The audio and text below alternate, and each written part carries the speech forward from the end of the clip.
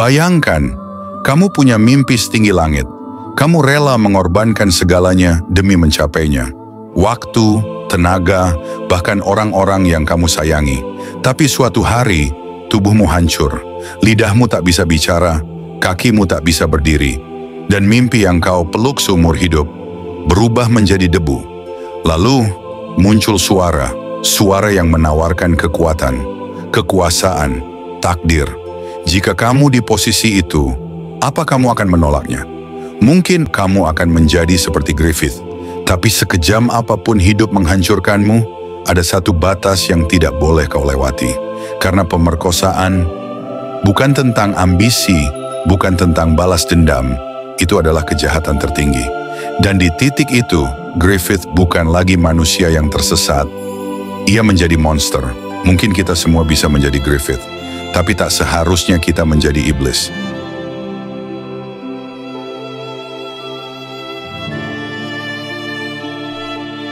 Semua manusia punya mimpi. Kadang kecil, kadang tampak mustahil. Tapi bagi sebagian orang, mimpi bukan sekadar keinginan, melainkan napas. Hidup hanya berarti selama mimpi itu masih ada. Griffith adalah salah satu dari sedikit manusia yang menjadikan mimpinya sebagai inti dari keberadaannya. Ia ingin membangun kerajaan, menaklukkan dunia, dan menjadi sesuatu yang lebih dari manusia biasa. Ia melangkah melewati pengorbanan musuh, sahabat, bahkan dirinya sendiri demi ambisi yang ia peluk dengan sepenuh jiwa. Namun bagaimana jika kita yang ada di posisinya? Ketika mimpi yang telah kita bangun dengan kerja keras dan pengorbanan tiba-tiba hancur dalam sekejap, ketika tubuh kita remuk, tak bisa bergerak, tak bisa bicara, dan harapan perlahan memudar, ketika orang-orang yang dulu melihat kita sebagai pemimpin mulai memalingkan wajah dan melupakan kita, di titik itu, kita bukan hanya kehilangan tujuan, tapi kehilangan diri sendiri. Mungkin kita akan marah, mungkin kita akan tenggelam dalam keputusasaan, dan mungkin kita akan mulai mendengar suara dari kegelapan, menawarkan kekuatan untuk mengambil kembali semuanya. Tawaran yang datang saat jiwa kita paling rapuh. Tawaran yang menggoda kita untuk menjual apapun, bahkan hati nurani demi kesempatan kedua. Apakah kita bisa menolak? Ataukah kita akan tergelincir menjadi makhluk yang bahkan tidak kita kenali lagi? Pertanyaannya adalah, ketika hidup menghancurkan kita sedalam itu, apa kita masih bisa berkata, "Aku baik-baik saja"? Mungkin tidak. Dan di sanalah kita mulai memahami kenapa seseorang bisa berubah menjadi seperti Griffith.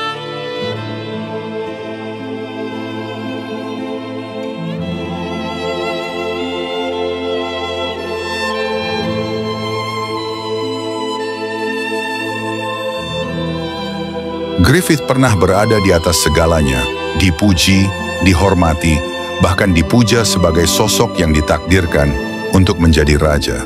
Tapi segalanya runtuh saat ia ditangkap, disiksa, dan diubah menjadi rongsokan manusia yang bahkan tak mampu lagi berdiri tanpa bantuan. Di titik itu, kita diperlihatkan kenyataan paling pahit dalam hidup. Dunia tidak peduli dengan penderitaan kita. Mimpi yang dulu bersinar seperti bintang, berubah menjadi beban yang menghancurkan jiwa. Dan semakin tinggi mimpi itu, semakin dalam luka saat kita jatuh. Bayangkan kamu memiliki cita-cita besar, sesuatu yang selama ini membuatmu bertahan. Tapi dalam sekejap, semuanya diambil. Tubuhmu rusak, harapanmu hilang, orang-orang menjauh, bahkan melupakanmu. Yang tersisa hanya kesunyian, keputusasaan, dan rasa gagal yang menusuk ke tulang. Di titik itu, kamu bukan lagi manusia yang penuh gairah. Kamu hanyalah puing-puing dari ambisi yang terbakar. Lalu datanglah suara dari kegelapan. Suara yang tidak menghakimi, tidak bertanya siapa dirimu. Hanya menawarkan satu hal, kekuatan. Kekuatan untuk bangkit, untuk membalas, untuk mengembalikan semuanya. Dan di tengah keputusasaan, siapa yang tidak akan mendengarnya? Siapa yang tidak tergoda oleh suara iblis? Saat dunia telah mencabut semua harapan.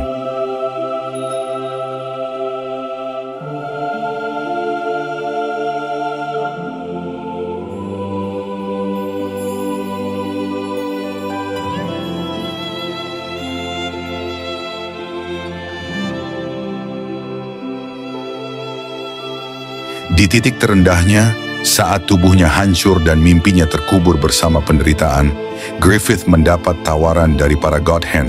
Sebuah tawaran yang bagi banyak orang terdengar seperti keajaiban. Kekuasaan absolut, kesempatan untuk kembali bukan hanya sebagai seorang pemimpin, tapi sebagai makhluk yang melampaui manusia. Ia bisa menjadi raja, menjadi simbol takdir itu sendiri. Segala penderitaan, rasa hina, dan ketidakberdayaan bisa ditebus hanya dengan satu keputusan. Lalu mari kita jujur, siapa di antara kita yang bisa benar-benar berkata, tidak?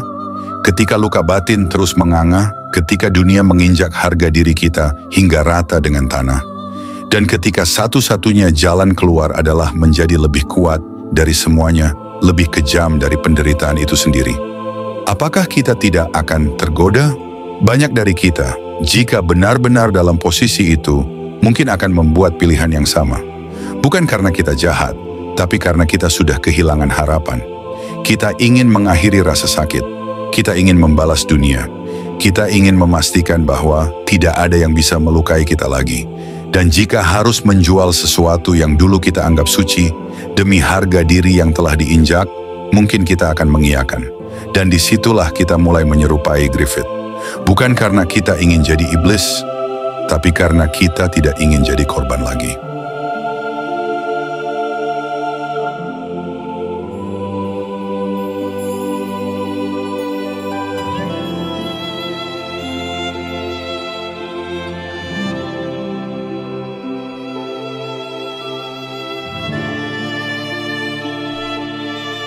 Namun Griffith tidak hanya menerima kekuasaan, ia membayarnya dengan harga yang tak termaafkan. Ia mengorbankan teman-temannya, mengkhianati mereka, yang dulu menganggapnya sebagai segalanya. Tapi lebih dari itu, ia memperkosa Casca di depan mata Guts. Sebuah tindakan keji, brutal, dan benar-benar tidak manusiawi. Di titik inilah, garis pemisah ditarik dengan sangat jelas antara penderitaan manusia dan kebiadaban murni. Kita bisa memahami luka. Kita bisa mengerti bahwa keputusasaan mampu mengubah seseorang. Kita tahu betapa menyakitkannya kehilangan mimpi yang telah menjadi napas hidup. Tapi pemerkosaan itu bukan hasil dari keputusasaan. Itu bukan kelanjutan dari penderitaan. Itu adalah pilihan sadar untuk menghancurkan seseorang yang lemah, yang tak berdaya. Dan itu adalah kejahatan tertinggi yang tak bisa dibenarkan oleh alasan apapun. Tak ada mimpi seagung apapun yang dapat membenarkan tindakan merusak tubuh dan jiwa orang lain. Griffith mungkin telah menjadi dewa dalam wujud Femto, tapi dalam momen itu, dia juga menjadi monster dalam bentuk paling murni. Sebuah simbol dari apa yang terjadi saat manusia membuang batas moralnya demi ambisi. Dan kita harus berani berkata dengan lantang, kalau saya berada di posisi Griffith, mungkin saya juga akan tergoda oleh tawaran kekuasaan. Mungkin saya akan mengorbankan banyak hal. Tapi satu hal yang tak akan pernah saya lakukan, tak akan pernah bisa saya maafkan, adalah memperkosa.